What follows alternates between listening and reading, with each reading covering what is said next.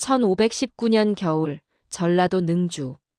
차가운 바람이 유배지를 휘감는 그날, 38세 조광조의 앞에 사약이 놓였습니다.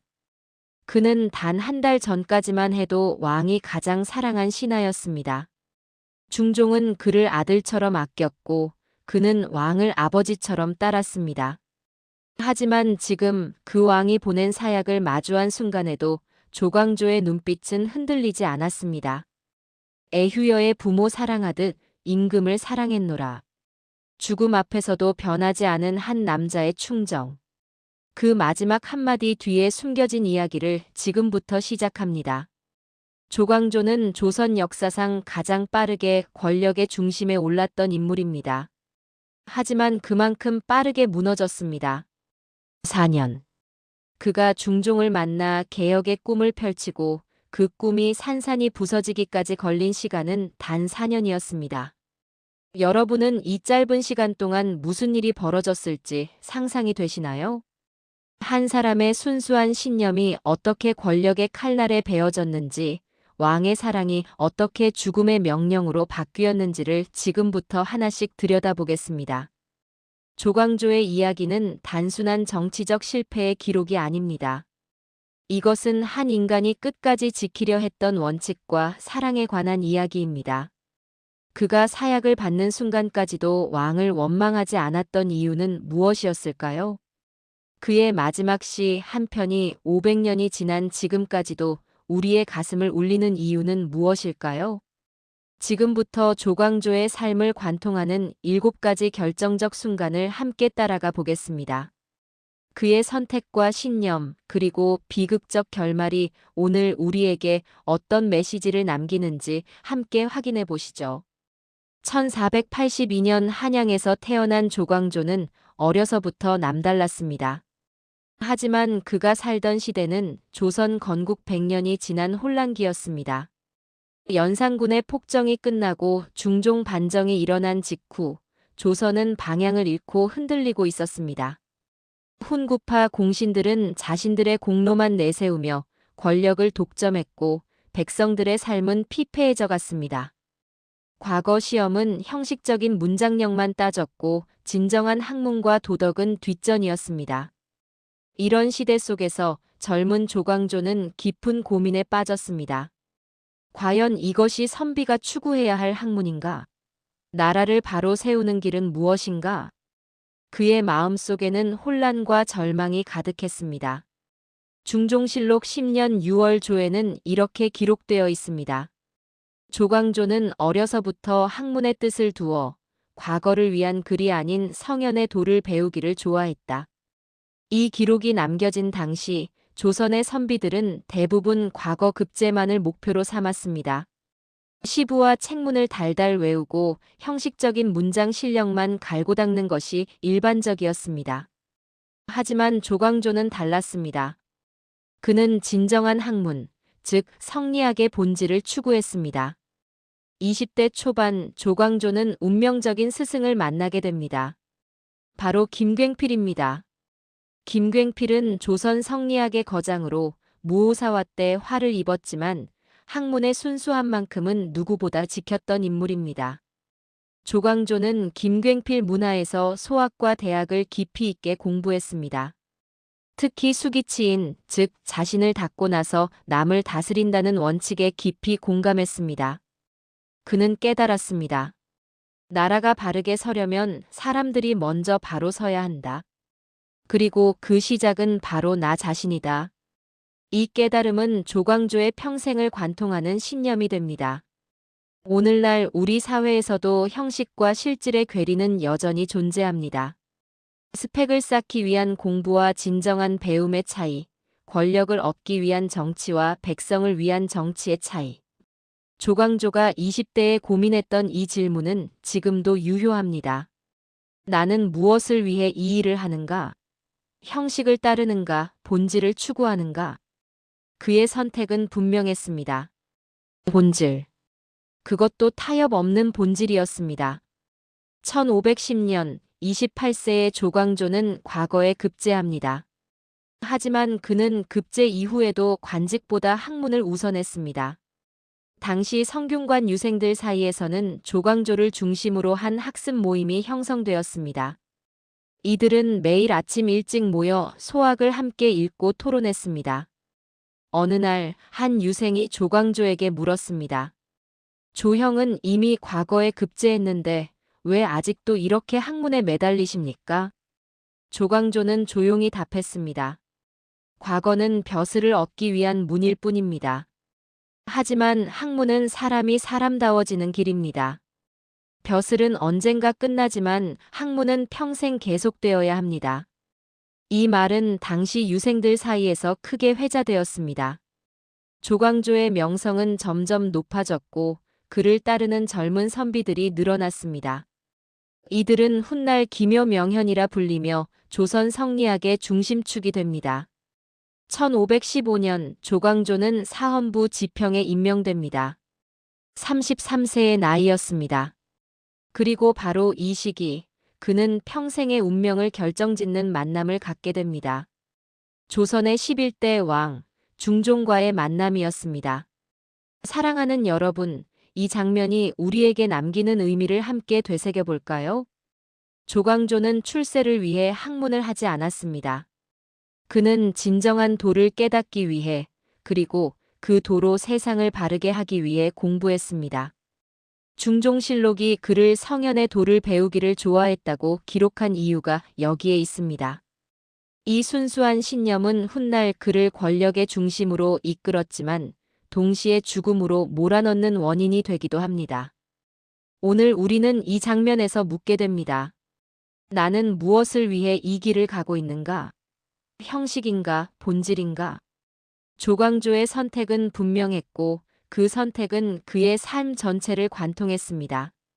이것이 첫 번째 장면이 우리에게 남기는 교훈입니다.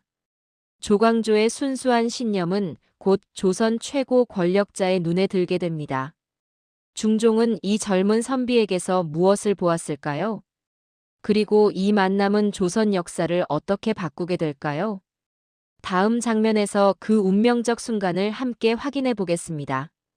1515년 여름, 중종은 깊은 고민에 빠져 있었습니다. 그는 반정으로 왕위에 올랐지만 실제 권력은 훈구파 공신들이 쥐고 있었습니다. 박원종, 성희안, 유순정 같은 공신들은 우리가 왕을 만들었다는 자부심으로 왕의 뜻을 무시하곤 했습니다. 중종은 왕이었지만 왕답지 못한 나날을 보내고 있었습니다. 그는 간절히 원했습니다. 자신의 뜻을 이해하고 진정으로 나라를 위해 일할 신하를, 형식적인 충성이 아닌 진심 어린 조언을 해줄 사람을. 바로 그때 성균관 유생들의 답안지 중 한 장이 중종의 눈에 들어왔습니다. 조광조의 글이었습니다. 중종실록 10년 8월 조는 이렇게 전합니다. 상께서 조광조의 글을 보시고 크게 기뻐하시어 하루 종일 경연해서 그와 이야기를 나누셨다. 이 기록은 조선 왕조 500년 역사에서도 매우 이례적인 장면입니다. 왕이 한 신하와 하루 종일 대화를 나눈다는 것은 그만큼 깊은 교감이 있었다는 뜻입니다. 중종은 조광조의 글에서 무엇을 보았을까요? 그것은 바로 진정성이었습니다. 조광조는 왕의 비위를 맞추는 글을 쓰지 않았습니다. 그는 왕이 먼저 바르게 서야 신하들도 바르게 서고 신하들이 바르게 서야 백성들도 바르게 선다는 원칙을 조심스럽지만 분명하게 적었습니다. 중종은 감동했습니다. 반정 이후 처음으로 자신을 단순한 권력자가 아닌 나라의 아버지로 바라보는 신하를 만난 것입니다. 이날 이후 중종은 조광조를 계속 불렀습니다. 정사를 논할 때도 경연에서 학문을 이야기할 때도 심지어 개인적인 고민을 털어놓을 때도 조광조를 곁에 두었습니다. 신하와 왕을 넘어선 스승과 제자, 아버지와 아들 같은 관계가 형성되었습니다. 리더와 참모의 관계에서 가장 중요한 것은 무엇일까요? 능력도 중요하지만 진정성은 더 중요합니다. 중종이 조광조를 신뢰한 이유는 그의 학문 때문만이 아니었습니다. 조광조가 자신의 권력이나 이익이 아닌 오직 나라와 왕을 위해 말한다는 확신이 있었기 때문입니다. 오늘날 조직에서도 마찬가지입니다. 위를 향한 충성은 형식일 수 있지만 진심 어린 조언은 조직을 살립니다. 중종과 조광조의 관계는 이상적인 군신 관계의 모델이었습니다. 하지만 동시에 이 관계는 너무 이상적이었기에 현실과 충돌할 수밖에 없었습니다. 1516년 봄, 중종은 조광조를 사간원 정원에서 사헌부 지평, 그리고 홍문관 교리로 단숨에 승진시켰습니다. 불과 1년 만에 3단계 승진이었습니다. 조선 역사상 유례없는 일이었습니다. 훈구파 대신들은 놀랐습니다. 저 젊은 선비가 대체 무슨 재주로 왕의 총애를 받는가? 하지만 중종의 신뢰는 확고했습니다. 어느 날 중종은 경연에서 조광조에게 물었습니다. 경은 과인이 어떤 왕이 되기를 바라는가? 조광조는 잠시 망설이다가 조심스럽게 답했습니다. 전하, 성군이 되십시오. 백성들이 두려워하는 왕이 아니라 백성들이 사랑하는 왕이 되십시오. 중종은 깊이 고개를 끄덕였습니다. 과인도 그것을 원한다네. 그래서 경 같은 신하가 필요한 것이야. 이 대화 이후 중종은 조광조를 더욱 가까이 했습니다. 1517년 조광조는 35세의 나이로 부재하게 임명됩니다. 이제 그는 단순한 신하가 아니라 왕의 정치적 동반자가 되었습니다. 중종은 조광조에게 말했습니다. 경이 원하는 대로 나라를 바꿔보게. 과인이 뒤에서 돕겠네. 조광조는 감격했습니다. 그리고 그는 결심했습니다. 이 기회를 놓치지 않겠습니다. 조선을 진정한 성리학 국가로 만들겠습니다. 하지만 그는 몰랐습니다. 자신의 순수한 열정이 얼마나 많은 적을 만들게 될지를. 여러분, 이 장면은 우리에게 중요한 메시지를 던집니다. 중종과 조광조의 관계는 이상적인 신뢰의 모델이었습니다. 왕은 신하를 믿었고 신하는 왕을 섬겼습니다. 하지만 중종실록이 하루 종일 이야기를 나누셨다고 기록한 이 아름다운 순간은 동시에 비극의 씨앗이기도 했습니다. 너무 가까운 관계는 질투를 낳고 너무 빠른 승진은 반감을 삽니다. 조광조는 이 사실을 미처 깨닫지 못했습니다. 그는 오직 왕의 신뢰와 자신의 신념만 믿고 앞으로 나아갔습니다.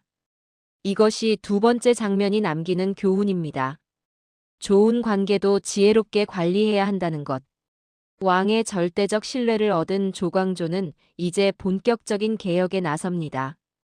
그가 꿈꾼 조선은 어떤 모습이었을까요? 그리고 그 꿈은 현실이 될 수 있었을까요? 다음 장면에서 조광조의 개혁이 조선을 어떻게 뒤흔들었는지 함께 살펴보겠습니다. 1517년 조광조는 본격적인 개혁에 돌입합니다. 하지만 조선은 그가 생각한 것보다 훨씬 더 복잡하고 견고한 사회였습니다. 100년 넘게 쌓인 관습과 이권, 그리고 기득권 세력의 저항이 그를 기다리고 있었습니다.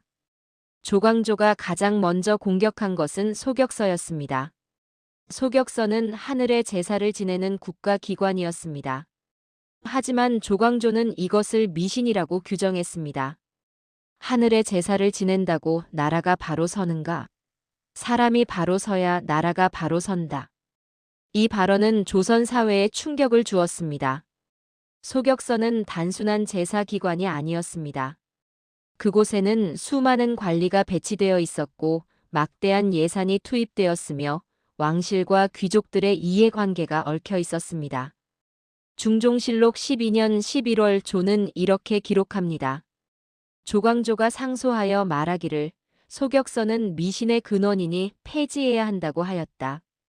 이 기록이 남겨진 당시 조선은 성리학 국가를 표방했지만 실제로는 다양한 민간 신앙과 도교적 요소가 공존하고 있었습니다. 특히 소격서는 왕실의 안녕과 국가의 평안을 기원하는 곳으로 역대 왕들이 중요하게 여긴 기관이었습니다. 하지만 조광조는 이것이 성리학의 원칙에 어긋난다고 보았습니다. 성리학에서는 리와 기로 세상을 설명하며 초자연적인 존재에 의지하는 것을 배척합니다. 조광조는 중종에게 말했습니다. 전하, 하늘은 사람의 마음으로 응답합니다. 전하가 덕을 쌓으면 하늘도 복을 내리고 전하가 잘못하면 하늘도 재앙을 내립니다. 제사가 아니라 덕치가 중요합니다. 중종은 조광조의 말에 공감했습니다. 그리고 마침내 1518년 소격서는 폐지되었습니다. 하지만 이것은 시작에 불과했습니다. 조광조의 다음 목표는 인재 등용 제도의 개혁이었습니다. 그는 현량과라는 새로운 과거 제도를 도입했습니다. 현량과는 기존 과거와 달리 시나 문장이 아닌 덕과 학문을 기준으로 인재를 선발하는 제도였습니다. 천거제에 가까웠습니다. 이 제도로 조광조는 자신과 뜻을 같이 하는 젊은 선비 28명을 한꺼번에 등용했습니다. 조광조의 개혁은 분명 진보적이었습니다. 미신을 타파하고 실력과 덕망으로 사람을 뽑는다는 원칙은 오늘날에도 유효합니다. 하지만 문제는 속도와 방법이었습니다. 조광조는 너무 빨리, 너무 많은 것을 바꾸려 했습니다. 오늘날 조직 개혁에서도 마찬가지입니다. 아무리 좋은 개혁이라도 기존 구성원들의 반발을 고려하지 않으면 실패합니다. 조광조는 원칙에는 강했지만 정치적 감각은 부족했습니다. 그는 믿었습니다. 옳은 일은 반드시 이긴다고. 하지만 현실은 그렇게 단순하지 않았습니다. 1518년 3월 소격서 폐지가 발표된 날 궁궐안은 술렁이었습니다. 소격서에서 일하던 관리들은 일자리를 잃었고 제사를 통해 이권을 챙기던 귀족들은 분노했습니다.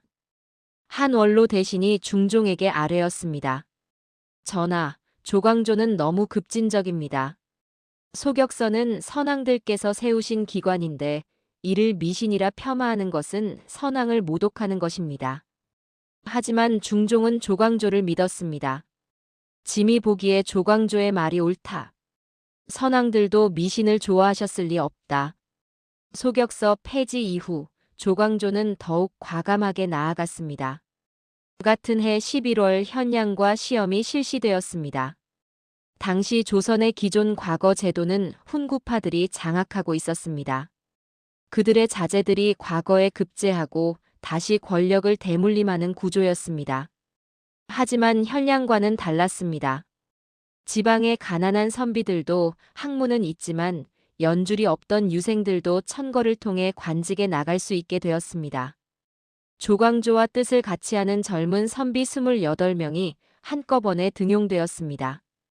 이들은 살인파라 불렸고 조광조를 중심으로 조선의 정치 지형을 바꾸기 시작했습니다.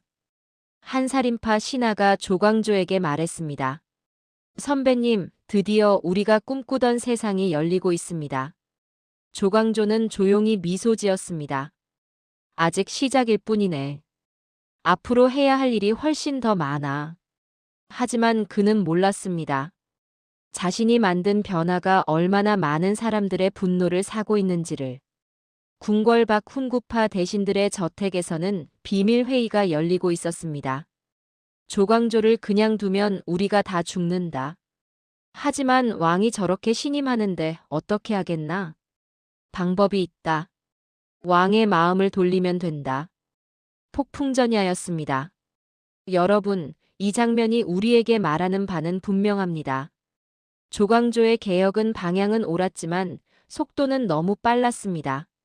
소격서를 폐지하고 현량과를 도입한 것은 성리학 원칙에는 부합했지만 기득권 세력의 반발을 불러일으켰습니다.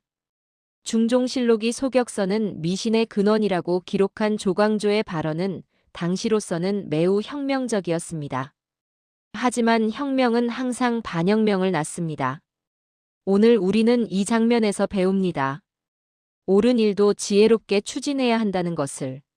원칙만 고집하다가는 원칙조차 지킬 수 없게 된다는 것을. 이것이 세 번째 장면이 남기는 뼈아픈 교훈입니다. 조광조의 개혁은 조선을 움직이고 있었습니다. 하지만 동시에 그를 제거하려는 세력도 움직이고 있었습니다.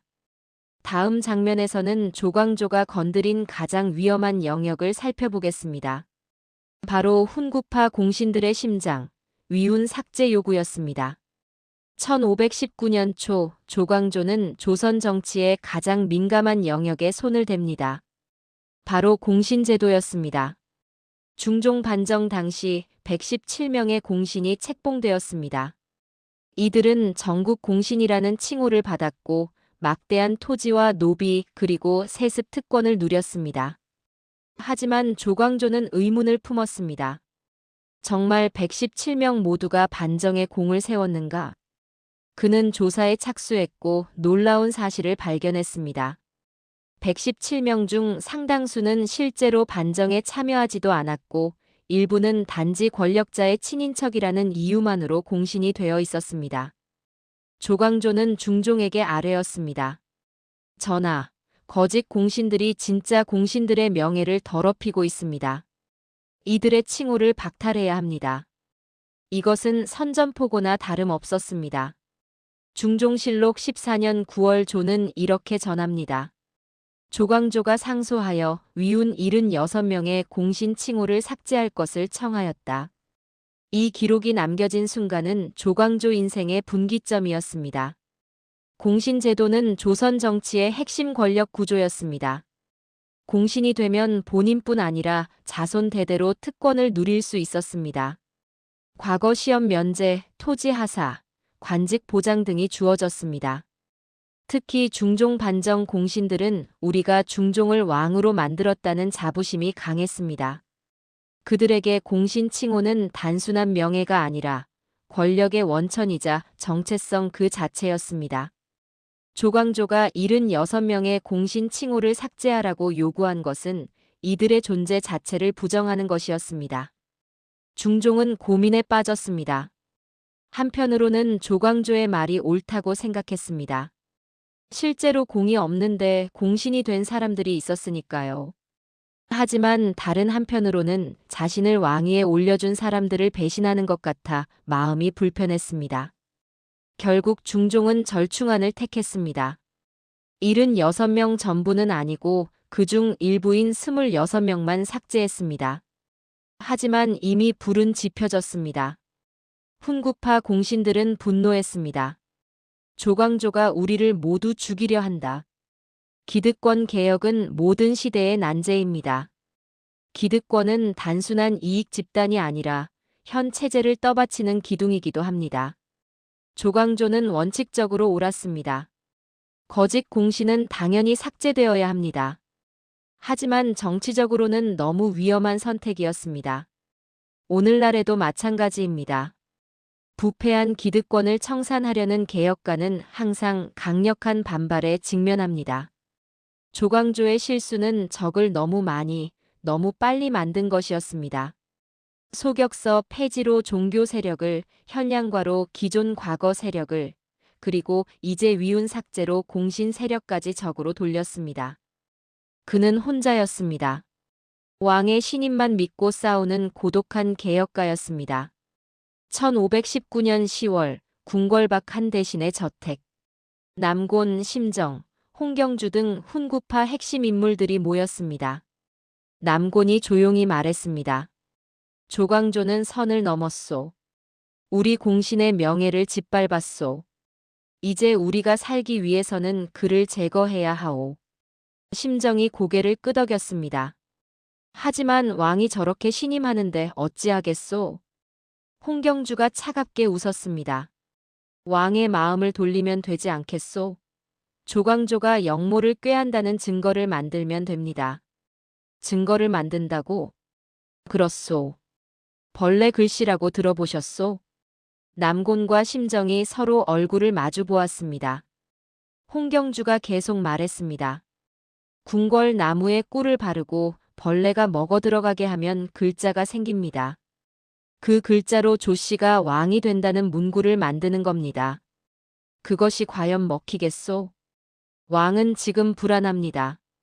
조광조의 개혁이 너무 빠르다고 느끼고 계십니다. 이 불안을 자극하면 됩니다. 그날 밤 홍경주의 수하들은 궁궐로 잠입했습니다. 그들은 나뭇잎에 꿀을 발라 주초왕이라는 글자를 새겼습니다. 주와 초를 합치면 조가 됩니다. 즉, 조씨가 왕이 된다는 뜻이었습니다. 며칠 후 한 궁녀가 이 나뭇잎을 발견하고 비명을 질렀습니다. 소문은 순식간에 궁궐 전체로 퍼졌습니다. 조광조가 영모를 꾀하고 있다. 중종은 충격을 받았습니다. 하지만 그는 여전히 조광조를 믿었습니다. 이것은 분명 누군가의 음모다. 조광조가 영모를 꾀할 리 없다. 하지만 훈구파 대신들은 계속해서 중종의 귀에 속삭였습니다. 전하, 조광조가 현량과로 자기 사람 28명을 등용했습니다. 이것이 영모 준비가 아니고 무엇입니까? 조광조가 공신을 삭제한 것도 자신이 공신이 되려는 속셈입니다. 전하께서 지금 결단하지 않으시면 후일 큰일을 당하실 것입니다. 중종의 마음이 흔들리기 시작했습니다. 여러분, 이 장면은 권력의 잔혹함을 적나라하게 보여줍니다.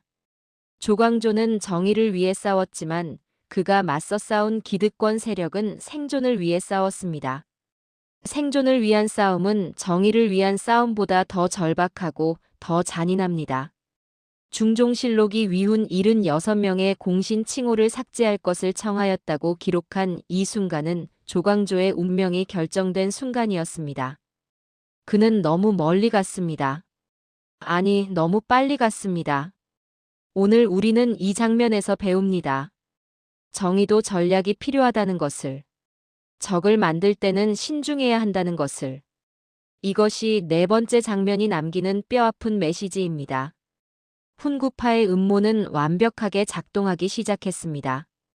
주초왕 벌레 글씨 사건은 중종의 마음을 흔들었고 조광조는 점점 더 위험한 상황으로 몰려갔습니다. 다음 장면에서는 기묘사화가 어떻게 폭발했는지 그 결정적 순간을 함께 목격하겠습니다. 1519년 11월 궁궐 안은 공포로 가득했습니다.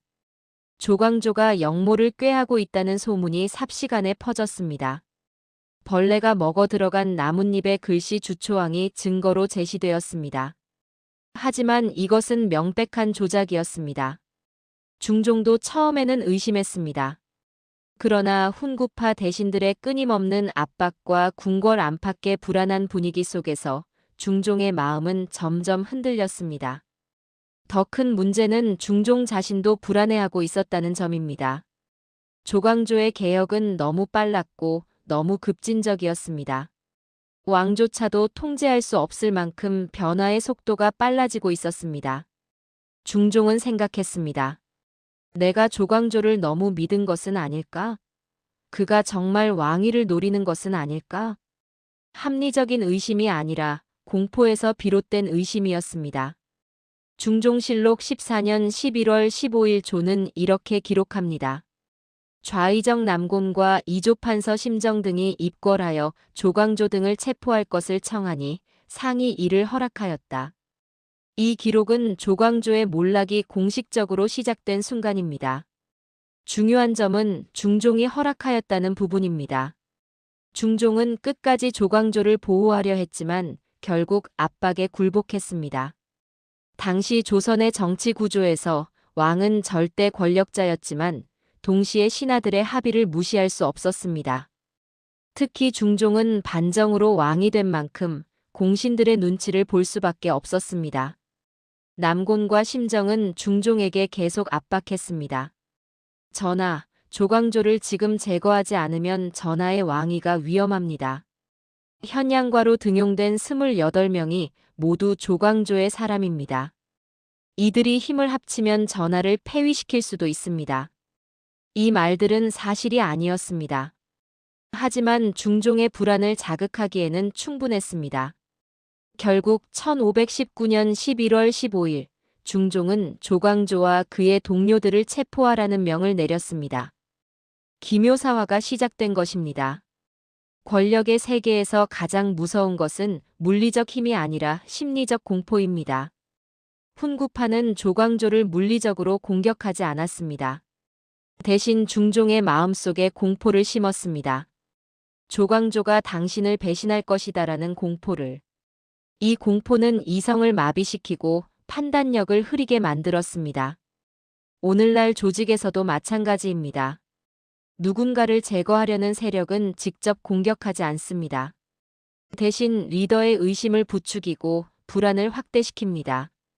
조광조는 이런 정치적 음모에 대응할 준비가 되어 있지 않았습니다. 그는 원칙과 정의만 믿었고 권력의 어두운 이면을 간과했습니다. 1519년 11월 15일 새벽 조광조의 집. 문을 두드리는 소리가 요란했습니다. 조광조 왕명이다. 즉시 나와라. 조광조는 놀라 일어났습니다. 문을 열자 금부도사들이 칼을 들고 서 있었습니다. 무슨 일이오? 영모죄로 체포한다. 영모? 내가 무슨 영모를? 조광조는 믿을 수 없었습니다. 그는 왕을 섬기고 나라를 위해 헌신했는데 이제 역적으로 몰리고 있었습니다. 같은 시각 현양과로 등용된 젊은 선비들도 모두 체포되었습니다. 김정, 김구, 기준, 윤짜임 등 조광조와 뜻을 같이 했던 인물들이 모두 잡혀갔습니다. 궁궐로 끌려간 조광조는 중종 앞에 무릎을 꿇었습니다.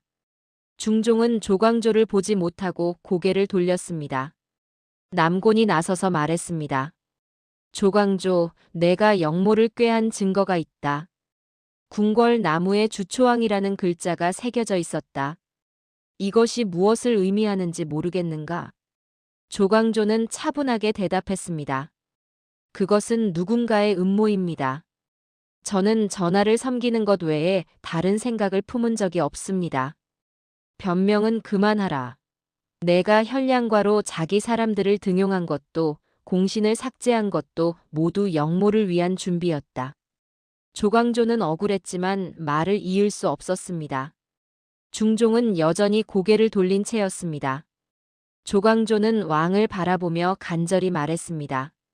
전하, 신은 전하를 배신한 적이 없습니다. 신이 한 모든 일은 오직 전하와 나라를 위한 것이었습니다. 하지만 중종은 대답하지 않았습니다. 그날 조광조는 전라도 능주로 유배되었습니다. 38세였습니다. 왕이 가장 사랑한 신하에서 역적으로 전락하기까지 단 하루도 걸리지 않았습니다. 여러분, 이 장면은 권력의 가장 잔혹한 순간을 보여줍니다. 조광조는 아무 잘못도 하지 않았습니다. 하지만 그는 역적이 되었습니다. 중종실록이 상이 이를 허락하였다고 기록한 이 순간은 신뢰가 무너지는 순간이었습니다. 왕과 신하의 신뢰, 정의와 원칙에 대한 믿음, 모든 것이 한순간에 무너졌습니다. 조광조는 배신당했습니다. 하지만 더 비극적인 것은 중종도 자신이 무엇을 잃었는지 나중에야 깨닫게 된다는 점입니다. 오늘 우리는 이 장면에서 배웁니다. 아무리 강한 신뢰도 공포 앞에서는 무너질 수 있다는 것을. 정치는 정의만으로는 이길 수 없다는 것을. 이것이 5번째 장면이 남기는 가장 뼈아픈 교훈입니다. 조광조는 능주 유배지에서 무엇을 생각했을까요? 그는 여전히 왕을 믿었을까요? 아니면 배신감에 무너졌을까요? 다음 장면에서는 유배지에서의 조광조, 그리고 그가 마지막까지 기다렸던 것이 무엇이었는지 함께 살펴보겠습니다. 1519년 11월 전라도 능주. 차가운 겨울바람이 유배지를 휘감았습니다. 조광조는 작은 초가집에 홀로 앉아 있었습니다. 그의 마음은 복잡했습니다. 억울함, 배신감, 그리고 여전히 남아있는 왕에 대한 신뢰. 조광조는 생각했습니다. 전하께서 언젠가는 진실을 알아주실 것이다. 이것은 일시적인 오해일 뿐이다. 그는 믿었습니다. 중종이 자신을 다시 부를 것이라고. 조광조와 4년 동안 쌓은 신뢰가 이렇게 쉽게 무너질 리 없다고. 하지만 시간이 흐를수록 그의 희망은 점점 희미해져 갔습니다. 한양에서는 기묘사화의 광풍이 거세게 불고 있었습니다. 조광조와 뜻을 같이 했던 살인파 선비들이 줄줄이 처형되거나 유배되었습니다. 소식이 능주까지 전해질 때마다 조광조의 가슴은 찢어졌습니다. 중종실록 14년 12월 조는 이렇게 전합니다. 능주에 유배된 조광조가 매일 궁궐 방향을 바라보며 왕의 부름을 기다렸다. 이 기록은 조광조의 마지막 한 달을 압축적으로 보여줍니다. 유배된 죄인으로서 그가 할 수 있는 일은 아무것도 없었습니다. 그저 기다리는 것뿐이었습니다. 당시 조선의 유배 제도는 단순히 장소를 옮기는 것이 아니라 사회적 죽음을 의미했습니다. 유배된 사람은 모든 지위를 잃고 가족과도 떨어져야 했습니다. 하지만 조광조에게 가장 고통스러운 것은 물리적 고난이 아니었습니다. 왕과의 단절이었습니다. 그는 4년 동안 중종과 함께 꿈을 꾸었습니다. 조선을 성리학 국가로 만들고 백성들이 행복한 나라를 만들겠다는 꿈을. 그런데 지금 그 꿈은 산산이 부서졌고 왕은 자신을 역적으로 내쳤습니다. 조광조는 매일 북쪽을 바라보며 한양 궁궐을 생각했습니다. 전하, 신은 여전히 전하를 믿습니다. 그의 충정은 유배지에서도 변하지 않았습니다. 배신당한 사람이 가장 고통스러워하는 것은 무엇일까요? 바로 여전히 믿고 싶은 마음입니다. 조광조는 객관적으로 보면 완전히 배신당했습니다. 하지만 그는 여전히 중종을 믿고 싶어 했습니다. 이것은 나약함이 아닙니다. 오히려 순수함의 극치입니다. 오늘날 우리도 마찬가지입니다. 누군가를 깊이 신뢰했다가 배신당하면 그 상처는 오래갑니다. 하지만 조광조처럼 그 상처 속에서도 신념을 지키는 사람이 있습니다. 나는 옳은 일을 했다. 그것만으로 충분하다. 조광조는 이렇게 생각하며 하루하루를 견뎠습니다. 1519년 12월 초 능주 유배지. 한 전령이 조광조를 찾아왔습니다. 한양에서 소식이 왔습니다. 조광조는 가슴이 두근거렸습니다. 혹시 왕이 자신을 다시 부르는 것은 아닐까? 하지만 전령이 전한 소식은 절망적이었습니다. 김정과 김구가 사형당했습니다. 기준과 윤자임도 유배되었습니다. 그리고 전령은 잠시 망설이다가 말을 이었습니다.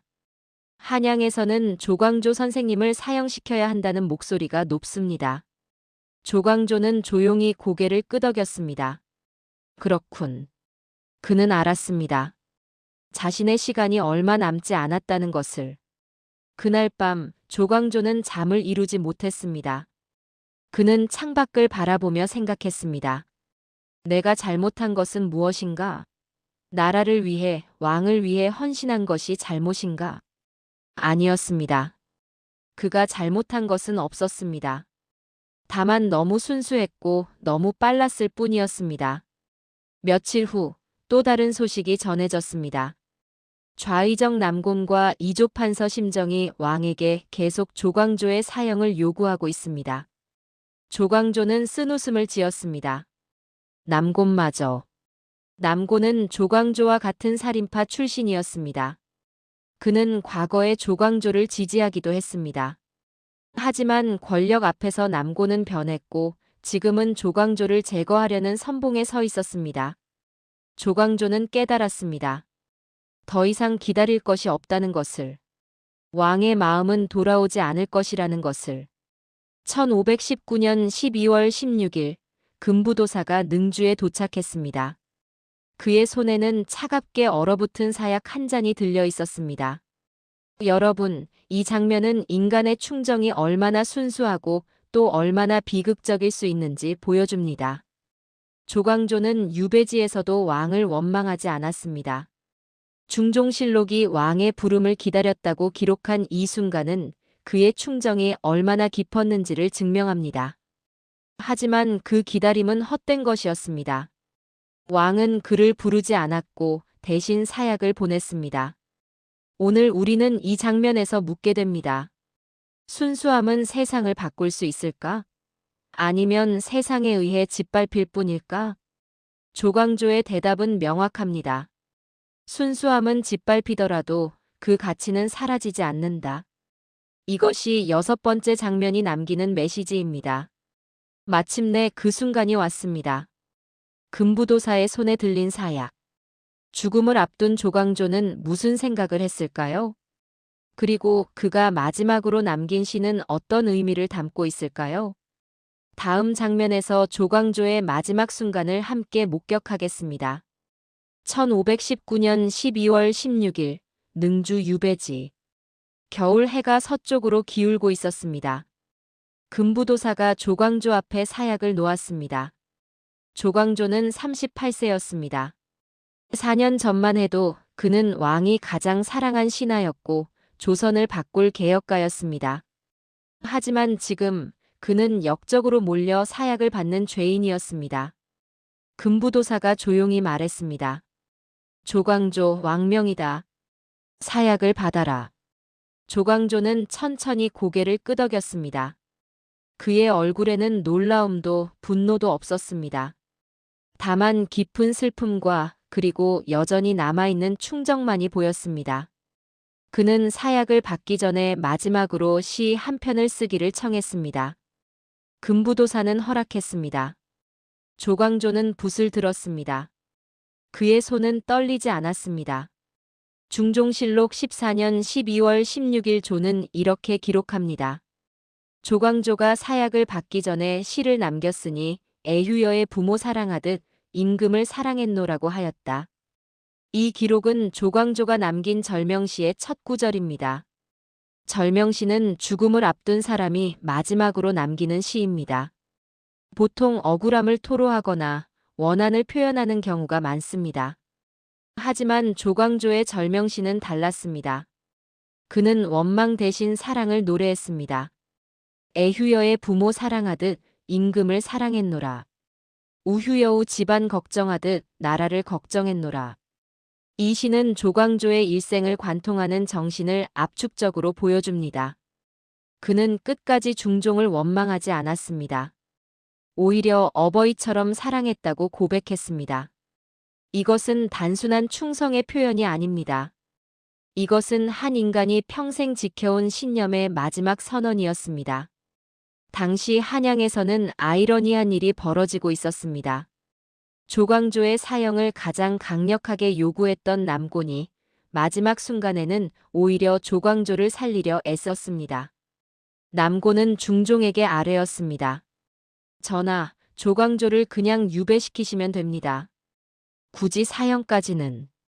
하지만 중종은 이미 마음을 굳힌 상태였습니다. 남곤의 간청은 받아들여지지 않았습니다. 용서는 쉽지 않습니다.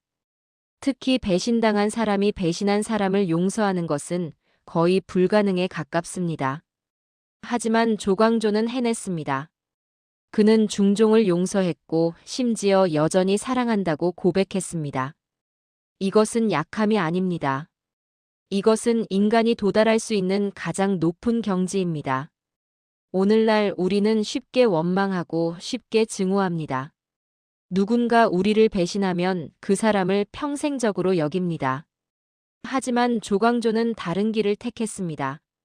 나는 내 신념을 지켰다. 그것으로 충분하다. 그의 절명시는 500년이 지난 지금까지도 우리의 가슴을 울립니다. 왜냐하면 그 시 속에는 인간이 추구해야 할 가장 고귀한 가치가 담겨 있기 때문입니다. 조광조는 붓을 놓고 시를 다시 읽었습니다. 애휴여의 부모 사랑하듯 임금을 사랑했노라. 우휴여우 집안 걱정하듯 나라를 걱정했노라. 일편단심이야 유천하게 하늘이라도 바꾸지 못하리. 영수동주 불감지 함께 죽임을 당할지언정 감히 다른 마음 품지 않았노라. 그는 조용히 미소 지었습니다. 이제 후회는 없었습니다.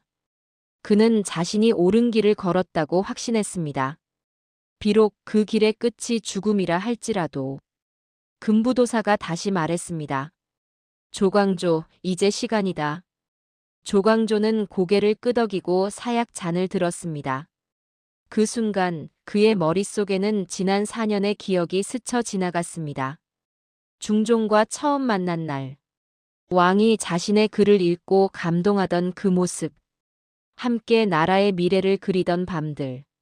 현양과로 젊은 선비들을 등용하고 그들과 함께 꿈꾸던 이상 국가. 그리고 마지막으로 자신을 역적으로 내친 왕의 차가운 눈빛. 하지만 조광조는 원망하지 않았습니다. 전하, 신은 전하를 사랑했습니다. 지금도 그리고 죽는 순간까지 그는 사약을 마셨습니다. 차가운 독이 목구멍을 타고 내려갔습니다. 조광조는 천천히 눈을 감았습니다. 1519년 12월 16일 저녁 38세의 나이로 조광조는 세상을 떠났습니다. 그의 죽음과 함께 조선의 개혁 열망도 함께 사라지는 듯 했습니다.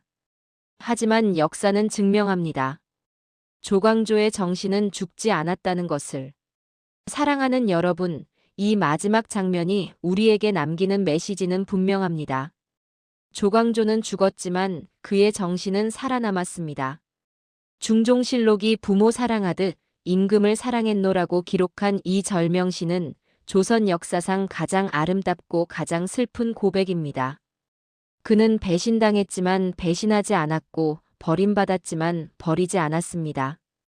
이것이 조광조가 500년이 지난 지금까지도 존경받는 이유입니다. 오늘 우리는 이 장면에서 배웁니다. 원칙을 지키는 것은 때로 죽음을 의미할 수 있지만 그 원칙은 영원히 살아남는다는 것을. 누군가를 진심으로 사랑한다는 것은 그 사람이 나를 배신하더라도 변하지 않는 마음을 의미한다는 것을. 이것이 7번째, 그리고 마지막 장면이 우리에게 남기는 가장 큰 교훈입니다.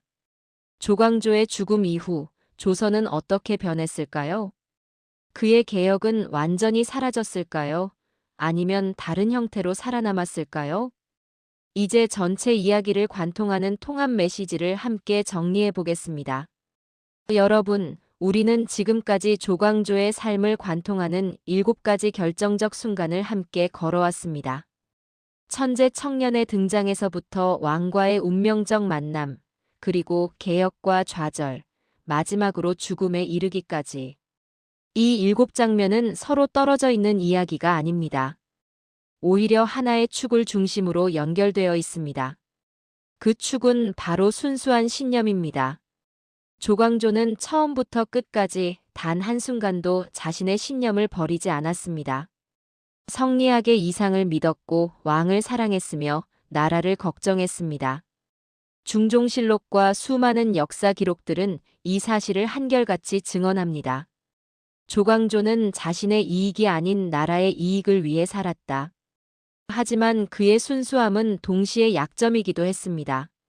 너무 빨리 개혁하려 했고 너무 많은 적을 만들었으며 정치적 음모에 대응할 준비가 되어 있지 않았습니다. 소격서, 혁파, 현량과 도입, 위훈 삭제 요구. 이 모든 개혁은 방향은 옳았지만 속도는 너무 빨랐습니다. 기득권 세력은 생존을 위해 그를 제거하기로 결심했고 결국 주초왕 벌레 글씨 사건이라는 치밀한 음모로 그를 무너뜨렸습니다. 가장 비극적인 점은 중종마저도 결국 조광조를 버렸다는 것입니다. 4년 동안 쌓은 신뢰가 한순간에 무너졌고 왕이 가장 사랑한 신하는 역적이 되어 사약을 받았습니다. 하지만 여기서 우리가 놓치지 말아야 할 사실이 있습니다. 조광조는 죽었지만 그의 정신은 죽지 않았습니다. 기묘사화 이후 살인파는 일시적으로 몰락했지만 결국 조선 정치의 주류가 되었습니다. 조광조가 꿈꾼 성리학 국가는 이후 200년 동안 조선의 정신적 기반이 되었습니다. 현양관은 폐지되었지만 덕망으로 인재를 선발한다는 원칙은 살아남았습니다. 그리고 무엇보다 조광조의 절명시 임금을 어버이처럼 사랑했노라는 오늘날까지도 우리의 가슴을 울립니다. 우리는 이 이야기를 통해 중요한 교훈을 배웁니다. 옳은 일도 지혜롭게 해야 한다는 것. 원칙은 지키되 현실도 고려해야 한다는 것. 하지만 동시에 때로는 원칙을 지키기 위해 모든 것을 걸어야 할 순간도 있다는 것. 조광조는 후자를 선택했습니다.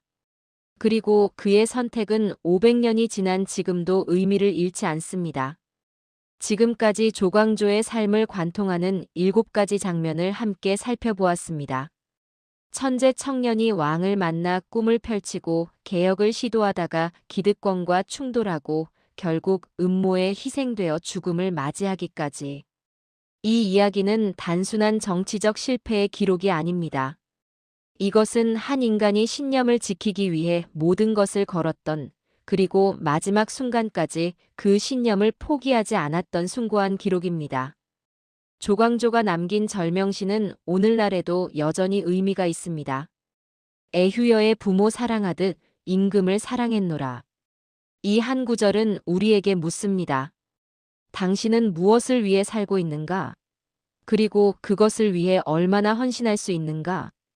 조광조는 자신이 믿는 가치를 위해 목숨을 걸었습니다. 그는 실패했지만 동시에 성공했습니다. 정치적으로는 실패했지만 정신적으로는 영원히 살아남았습니다. 오늘 여러분께 묻고 싶습니다. 이 이야기에서 어떤 장면이 가장 마음에 남으셨나요? 조광조의 순수한 신념이었나요? 아니면 그가 마지막까지 왕을 사랑했던 충정이었나요? 여러분의 생각을 댓글로 남겨주세요. 그리고 만약 이 이야기가 의미 있었다면 좋아요와 구독으로 응원해주시면 감사하겠습니다.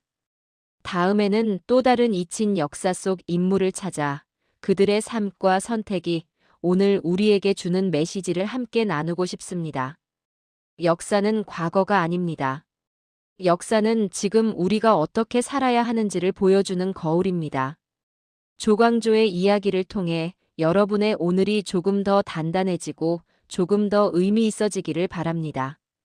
긴 이야기를 함께 걸어주셔서 감사합니다.